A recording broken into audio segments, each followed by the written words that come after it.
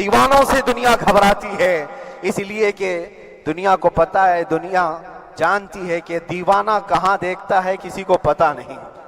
اور یہ اس دیوانے کی بات کر رہا ہوں جس کے لیے اللہ کے حبیب صلی اللہ تعالیٰ علیہ وسلم کی عزت و وقار سب سے اول ہے۔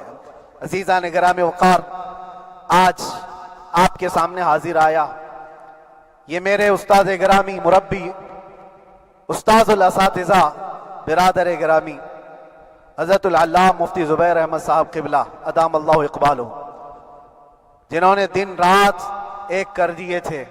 میرے خیال سے 8 مہینے میں جتنے ان کے بال سفید ہوئے اس سے زیادہ نہیں ہوئے ہوں گے۔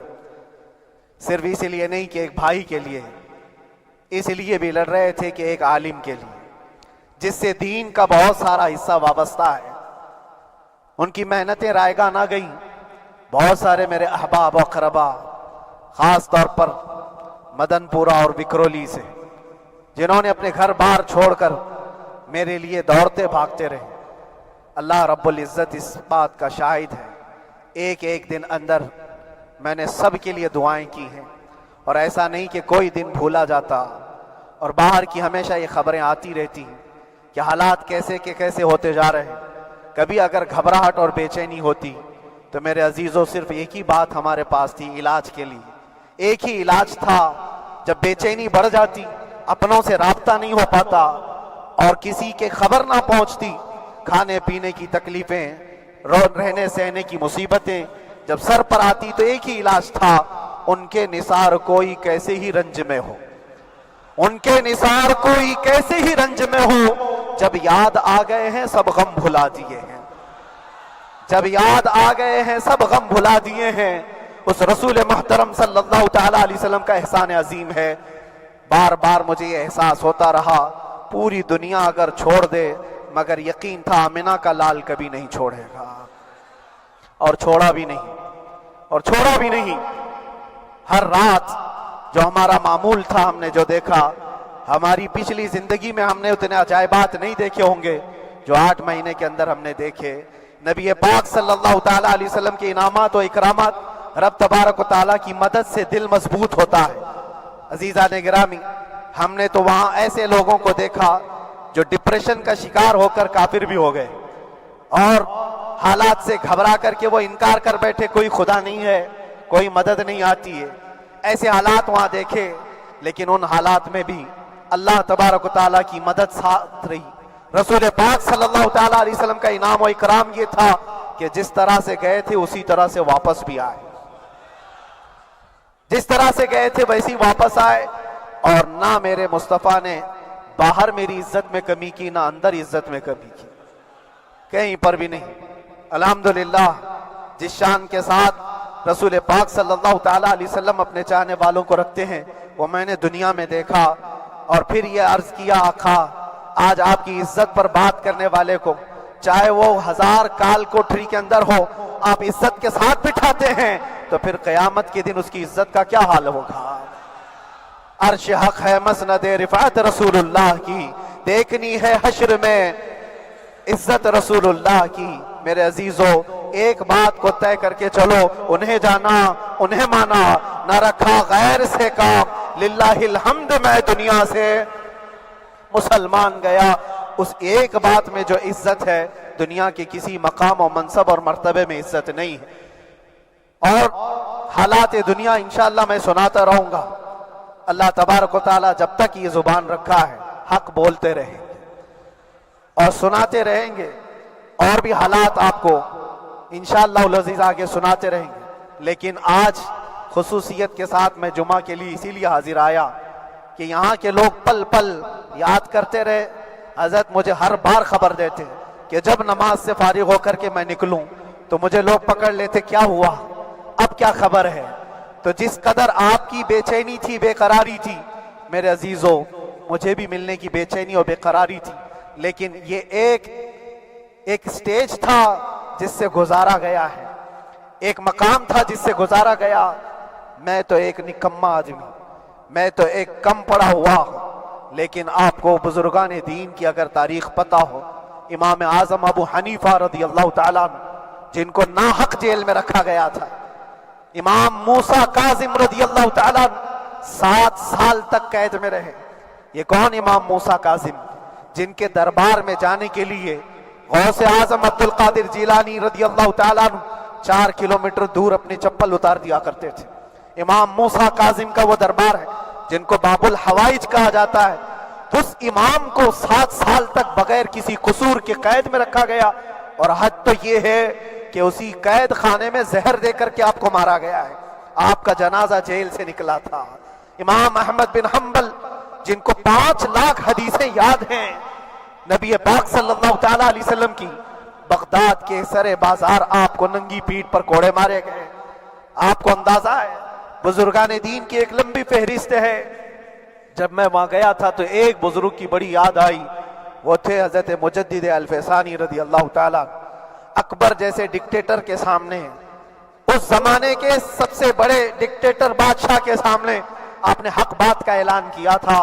مجدد الفسانی رحمۃ اللہ تعالیٰ علیہ نے فرمایا تھا کہ اسلام نام سے جو دین ہوگا وہ محمد عربی کا لایا ہوا ہی دین ہوگا، کسی اور بادشاہ کا بنایا ہوا نہیں ہوگا.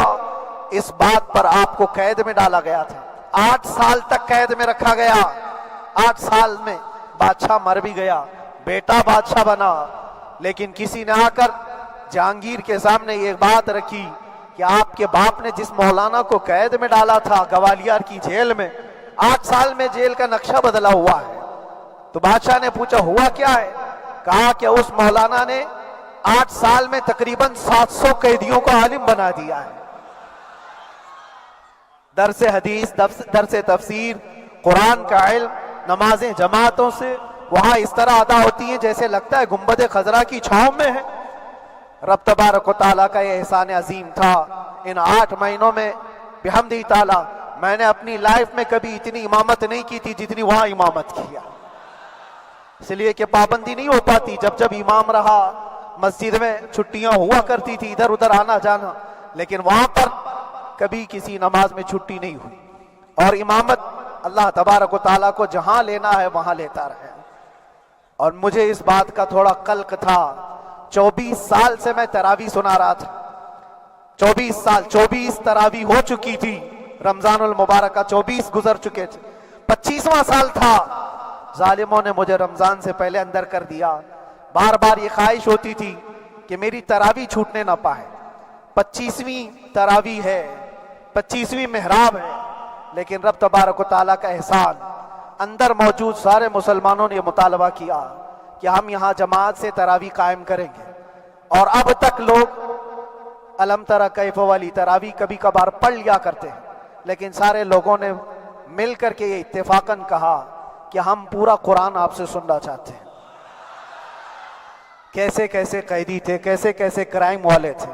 میں نے کہا آج میں ایک دن پڑھاتا ہوں، ایک پارہ پڑھوں گا، آپ کو اگر لگے تو بتا دینا، بھاری پڑ جائے، کیونکہ لوگ سارے کرمنل ہیں اور کئی طرح کے جرائم کیے ہوئے لوگ ہیں. نماز دین سے کہاں زیادہ رشتہ. کہا ہو سکتا ہے یہ گھبرا کر بھاگ جائیں. ایک دن پڑھاؤں گا، اگر آپ کو لگے تو بول دینا، نہیں تو کل سے الحمد للہ.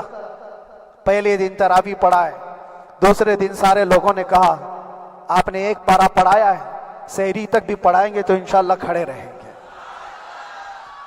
یہ جو استقامت، یہ ساری چیزیں دلوں کا جمع ہونا اور ہماری طرف دلوں کو پھیر دینا بغیر اللہ کی مدد کے نہیں ہوتا. رسول پاک صلی اللہ تعالیٰ علیہ وسلم کے کرم و احسان کے بغیر نہیں ہوتا. وہ تراویح بھی پڑھتے رہے، تفسیر قرآن بھی سنتے رہے اور قرآن کی تعلیم بھی لیتے رہے. پھر مجھے اندازہ یہ ہوا کہ رب تبارک و تعالیٰ کی منشا یہ تھی کہ ہماری تراویح کی محراب کی سلور جبلی جیل کے اندر ہو جائے. مجھے اس بات کا کوئی قلق نہیں رہا کہ میری کوئی چیز چھوٹ گئی ہے. ہاں، عید، بقرعید، محرم، یہ تمام چیزیں لوگوں کی یاد تو رہتی، رشتہ دار، احباب، اقربا کی یاد، لیکن اللہ کی مرضی. میرا رب تبارک و تعالیٰ جو پسند کرے اس میں ہم راضی ہیں.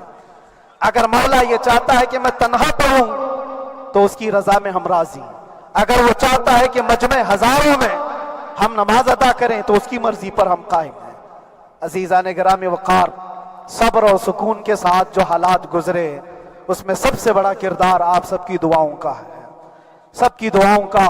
مشائخ، سارے پیران اعظام، تمام سلاسل کے اور ہر مسجد کے امام اپنے محراب اور ممبر سے جو دعا کرتے رہے، یہ سارا ذخیرہ میرے لیے اتنا بڑا ہے جس کو میں بیان نہیں کر سکتا۔ ہر ایک کی جانب سے دعائیں، عورتوں بچوں کی طرف سے منتیں، روزے، نہ جانے کیا کیا کر لیا۔ پھر مجھے اندازہ ہوا کہ صرف اپنے آرام اور اپنے راحت کے لیے پھڑپھڑانے سے کچھ نہیں ہوگا۔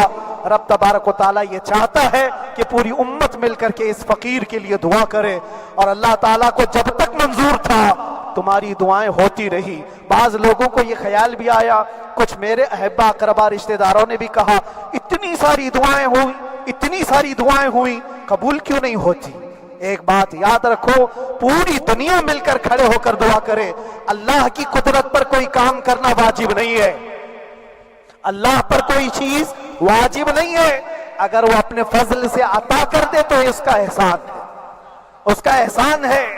اب چاہے وہ سال بھر میں قبول کرے کہ 5 سال میں قبول کرے، ایک بات یاد آتی ہے میرے عزیزو، ہماری قید تو 8 مہینے کی ہوگی، ان بزرگان دین کی قید 8 سال 7 سال۔ امام محمد بن حسن عسکری 20 سال تک قید میں رہے، 20 سال تک اندر سلاخوں کے پیچھے بند رکھا گیا۔ یہ اہل بیت اطہار ہیں، ائمہ اعظام ہیں، ان کی تکلیفیں دیکھ کر پھر ہماری تکلیف چھوٹی لگتی، اور پھر نبی پاک صلی اللہ تعالیٰ علیہ وسلم کی یاد آتی۔ صرف اس بات کا ہمیں فخر تھا کہ تم نے کبھی چوری کے الزام میں تو نہیں گرفتار کیا، کسی گھناؤنے الزام میں تو نہیں گرفتار کیا، ہاں اگر کسی بات پر گرفتار کیا ہے تو ان سے پوچھو تو اب یہ بولنے میں بھی شرم کرتے ہیں۔ مولانا کو کیوں گرفتار کیا ہے، مولانا کو کیوں اندر رکھا ہے، شرم آتی ہے بولنے میں، کیونکہ انہوں نے کچھ ایسا بولا تھا جس کو بولنے میں شرم آتی۔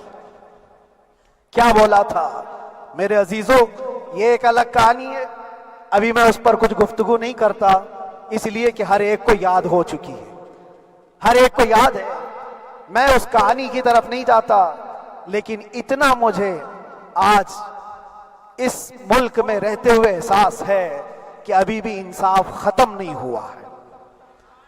انصاف پوری طرح ختم ہو جائے تو اللہ کا عذاب آ جائے گا، اللہ کا عذاب آ جائے گا۔ چند لوگ نا انصافی کر سکتے ہیں، لیکن پوری کی پورے روئے زمین پر رہنے والے انسان نا انصافی کرے، ایسا نہیں ہوتا۔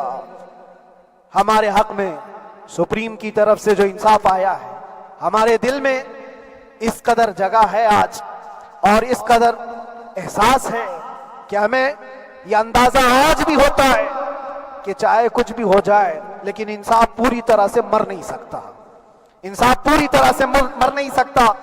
یہ ہمارا ملک عزیز ہندوستان کسی خاص آدمی کے ٹھیکیداری میں نہیں ہے، سبھی کا خون شامل ہے یہاں کی مٹی میں، کسی کے باپ کا ہندوستان تھوڑی ہے، ہمارا بھی ہے، آپ کا بھی ہے، سب کا بھی ہے۔ اور میرے عزیزو پتہ نہیں، یہ بھی شاید راحت اندوری صاحب کا شعر ہے، اور اس سے پہلے بھی کچھ بولا تھا وہ بھی ان کا ہی تھا، تو ڈینجر ہی ہوا کرتا ہے۔ اللہ تبارک و تعالیٰ آپ سب پر فضل فرمائے، کرم فرمائے۔ جو چیز خاص طور پر بولنی ہے وہ یہ ہے، ان حالات سے آج جو گھبرائے ہوئے ہیں یہ وہ لوگ ہیں جو عیش پرست ہیں۔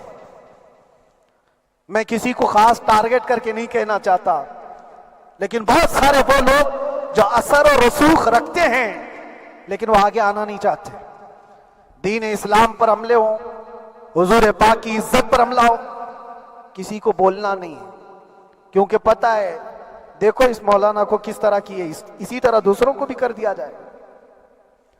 جو کمفرٹ زون میں بیٹھنے کے عادی ہو گئے وہ اپنا ایریا چھوڑ کر ہٹنا نہیں چاہتے۔ اگر میں کچھ کہوں گا حضور پاک صلی اللہ تعالیٰ علیہ وسلم کی ناموس کے لیے تو میرا عیش خطرے میں آ جائے گا، اکثر کی یہی سوچ ہے۔ میرا تو اپنا دھندا ہے، میرا بزنس ہے، میرے بیوی بچے ہیں، ہو سکتا ہے مولانا کو کسی چیز کی فکر نہیں ہوگی۔ آپ کو میں بتاؤں، آپ کو اندازہ نہیں ہمارے دل میں ہمارے بچوں کی کتنی محبت ہے۔ میرے بھی چھوٹے سے بچے ہیں، جب وہ جیل کی سلاخوں کے سامنے آ کر آنسو بہاتے تھے تو دل پر چھریاں چلتی تھی۔ وہ بچے جو ہمیشہ ہمارے سینے پر سوتے رہے، آج میں ان کو چھو بھی نہیں سکتا۔ جب وہ سلاخوں کے پیچھے کھڑے ہو کر دور سے رو کر کے چلے جاتے 15 منٹ، تو کیا ہمارے دل میں بچوں کی محبت نہیں؟ کیا ہمارے گھر بار نہیں، ہماری بہنیں، ہمارے بھائی، ہماری ماں نہیں؟ کتنے تو دن ایسے ہوئے کہ میری ماں کو دورے پڑتے رہے یاد کے لیے، تو کیا وہ ہمارے اوپر کیفیت نہیں آتی کہ ہم خامخواہ یہ مصیبت کیوں مول لیے؟ میری بیٹی تو جھگڑا کرتی اس بات کو کہ کیوں آپ اکیلے ہو، بہت سارے لوگ ہیں سب کا خیال کرتے ہوئے، لیکن میرے عزیزو یہ ان کی اپنی محبت ہے، سارا ایک پریوار، اور اس سے زیادہ میرے شاگردوں کی ایک دنیا ہے۔ کتنے ایسے ہیں میں جانتا ہوں کہ 8 مہینے تک نرم غذا نہیں کھائی میرے ان بچوں نے، میں جانتا ہوں ان کا صرف یہ خیال تھا کہ اندر پتہ نہیں جیل میں آپ کیا کھا رہے ہوں گے، ہم یہاں نرم غذا نہیں کھائیں گے، گوشت مچھلی نہیں کھائی، حالانکہ یہ کوئی چیز تمہارے اوپر واجب نہیں تھی۔ یہ حالات میں اس لیے بتا رہا ہوں میرے عزیز، کسی کے وہم و گمان میں اگر یہ ہے تو نکال دے کہ میرے آس پاس کچھ نہیں ہے، میں کسی کو چاہتا نہیں، یا میرے ساتھ محبتیں نہیں ہیں۔ کثرت سے محبت کرنے والے لوگ ہیں میرے پاس، میرے ان بھائیوں کی اور میرے بہنوں کی، میرے گھر والوں کی محبت تو ایسی ہے کہ ان کے گھروں کے بچوں کے معاملات بھی بغیر مجھ سے پوچھے نہیں ہوتے۔ اگر 8 مہینے اندر رہا تو کسی کا رشتہ نہیں تو بات چیت بھی نہیں ہے، رشتہ نہیں ہوگا جب تک یہ نہ آئے، سارے کام ڈیپینڈ رہتے تھے۔ مجھے بھی ان تمام چیزوں کا احساس ہے، لیکن یہ سب چیزیں ایک طرف، میرے مصطفیٰ کی عزت اپنی طرف۔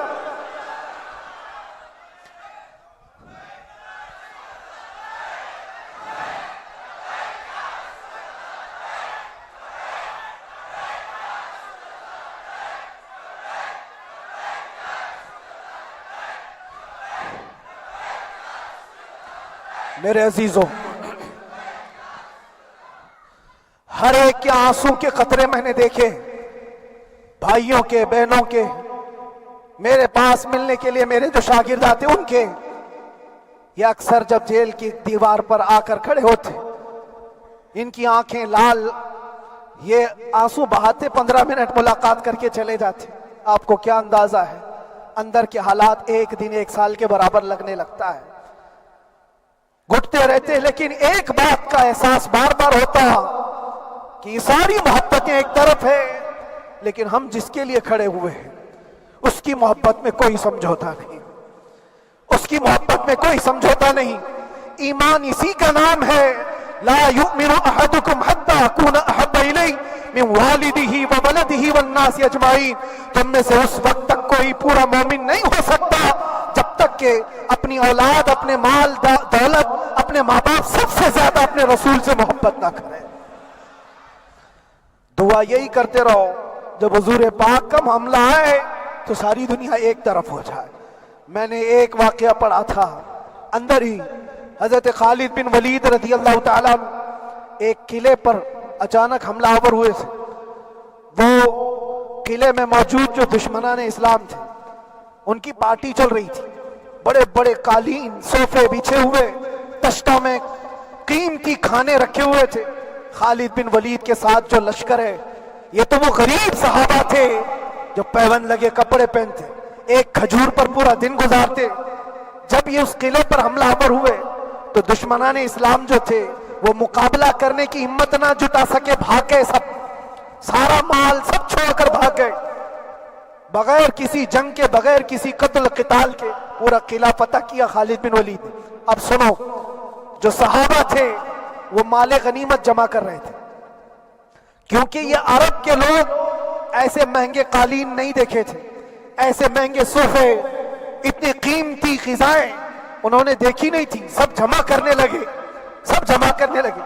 خالد بن ولید نے کہا خبردار، ہاتھ مت لگانا، سب ہٹ جاؤ۔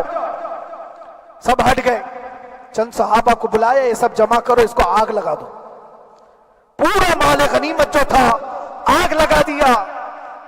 تو جو صحابہ تھے وہ کہنے لگے کیا یہ اچھا ہوتا، یہ سب میں آپ تقسیم کر دیتے، یہ بہت قیمتی چیزیں ہیں، عرب میں ہم لے جاتے تو یہ بہت مہنگی چیزیں ہیں۔ خالد بن ولید نے کیا کہا جانتے ہو؟ کہا اگر تم کو بھی ان تمام چیزوں کی عادت لگ جائے تو تم بھی ویسے ہی بھاگو گے جیسے یہ بھاگے۔ یہ آج جو ہمارا مقابلہ کرنے کی طاقت نہ لا سکے اور بھاگ گئے، اس کی وجہ یہ ہے کہ وہ عیش پرست ہے، عیاشی ان کے اندر تھی جس کی وجہ سے وہ کھڑے نہ ہو سکے، اور جب یہ عیاشی آئے گی تم کھڑے نہیں ہو سکو گے، کھڑے نہیں ہو سکو گے۔ آج میں یہی بات دہرانا چاہتا ہوں، جو بہت بڑے چہرے لے کر بیٹھے ہوئے ہوں، وہ سیاسی اثر و رسوخ رکھنے والے بھی کمفرٹ زون میں رہنا چاہتے ہیں۔ میں چند لوگوں کو چھوڑ کر کہہ رہا ہوں، اکثر کا حال یہ وہ سوچتے ہیں کہ ہمارے اس دائرے سے نکلیں گے تو ہمارا عیش خطرے میں آ جائے گا، گھر بار خطرے میں آ جائے گا۔ یہ دنیا کی محبت انسان کو بزدل بناتی ہے، بزدل بناتی ہے۔ اس لیے میرے عزیزو، آپ جب کبھی یہ بات آئے، ایک طرف میرا پورا خاندان، ایک طرف میرے عیش کی زندگی اور ایک طرف رسول پاک کی عزت کا معاملہ، تو آپ مجھے بتاؤ آپ کس بات کا فیصلہ لیں گے؟ اسی بات کا فیصلہ لینا ہوگا نبی پاک صلی اللہ تعالی علیہ وسلم کی عزت کی خاطر تمہیں اس بات کا فیصلہ لینا ہوگا۔ اپنا سب کچھ گنبد خضرا کل بھی تھا آپ، میرے نبی سے میرا رشتہ کل بھی تھا آپ، اور بتلا دو گستاخ نبی کو غیرت سنی زندہ ہے، ان پہ مر مٹنے کا جذبہ کل بھی تھا آپ۔ بس یہ جذبہ باقی رہے۔ ہم کسی کو لڑنے کے لیے، مرنے کے لیے، مارنے کے لیے میدانوں میں اتارنے کی بات نہیں کرتے۔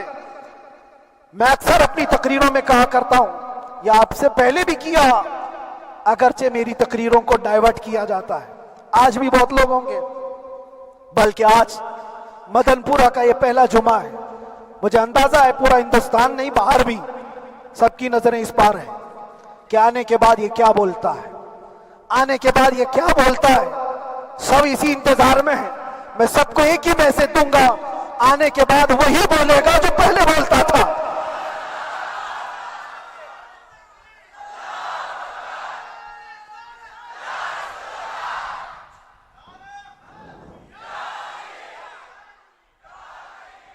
اگر کچھ غلط ہوتا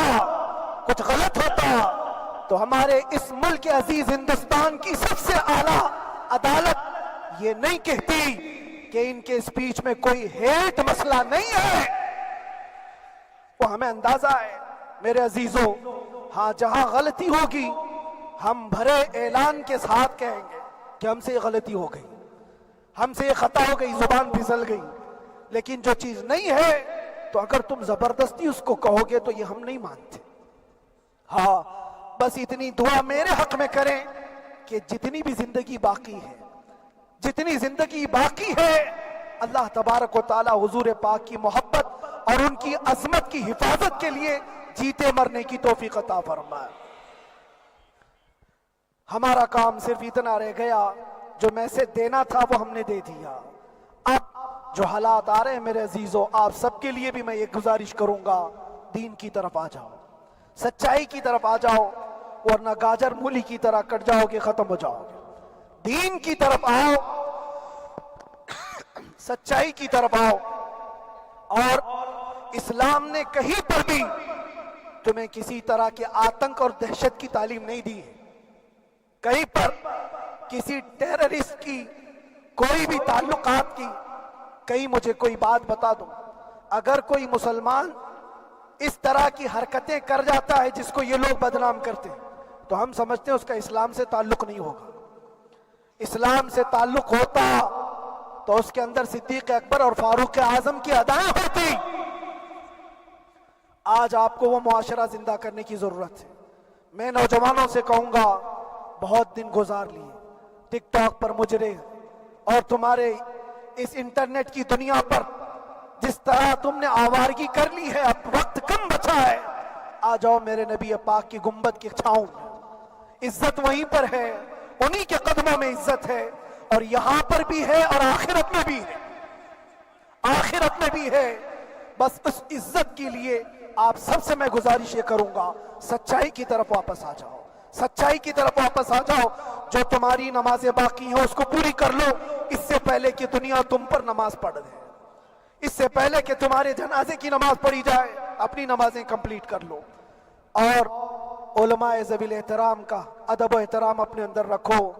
صرف اس بات کے لیے آپ کو میں احساس دلانا چاہتا ہوں کہ مجھے جس راستے سے گزارا گیا، جتنے دن قید و بند کی صحبتیں گزاری گئی، یہ صرف یہ میسج دینا تھا کہ پھر اس مولانا کا یہ ہو سکتا ہے تو چھوٹے چھوٹوں کی کیا کر دیں گے۔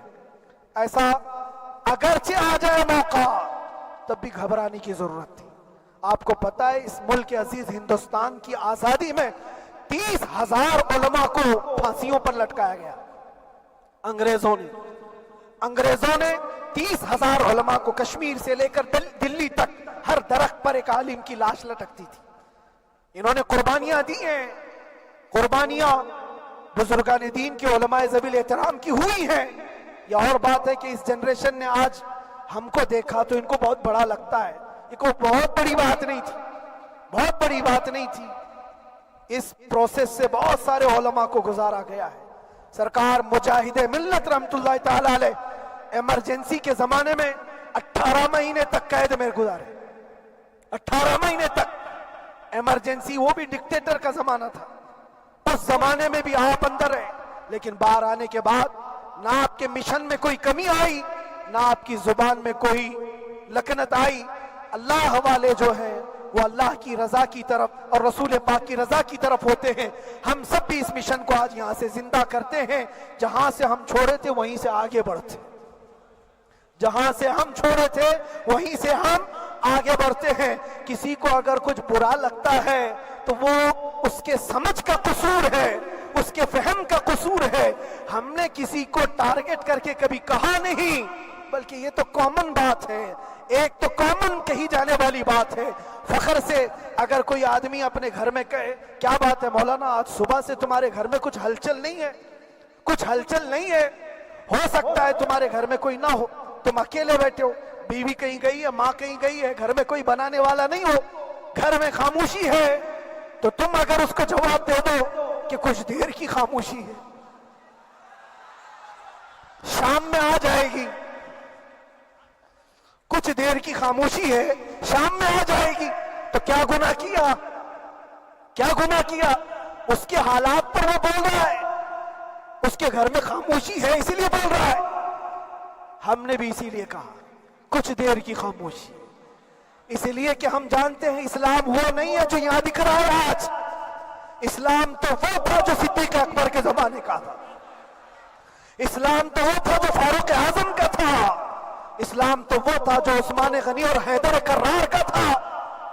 تو وہ جو ہلچل تھی وہ خاموش ہے، صلاح الدین ایوبی کا دور تھا، وہ اسلام کی ہلچل تھی۔ تو میرا گھر آج خاموش ہے، اس لیے تو میں پکار کر کے رہا کچھ دیر کی خاموشی ہے، اور ہمیں اپنے رب سے یقین ہے یہ خاموشی ایک شام ٹوٹے گی، کوئی صلاح الدین آئے گا۔ اور اللہ تبارک و تعالی ہم سب کے اس عزم اور حوصلے کو زندہ رکھے، اور آپ سب کی محبتوں کو سدا سلامت رکھے، اور میرے آقا صلی اللہ تعالی علیہ وسلم کے قدموں پر مر مٹنے کی ہمیں توفیق عطا فرمائے۔ وآخر دعوانا الحمدللہ رب العالمین، لبیک یا رسول اللہ۔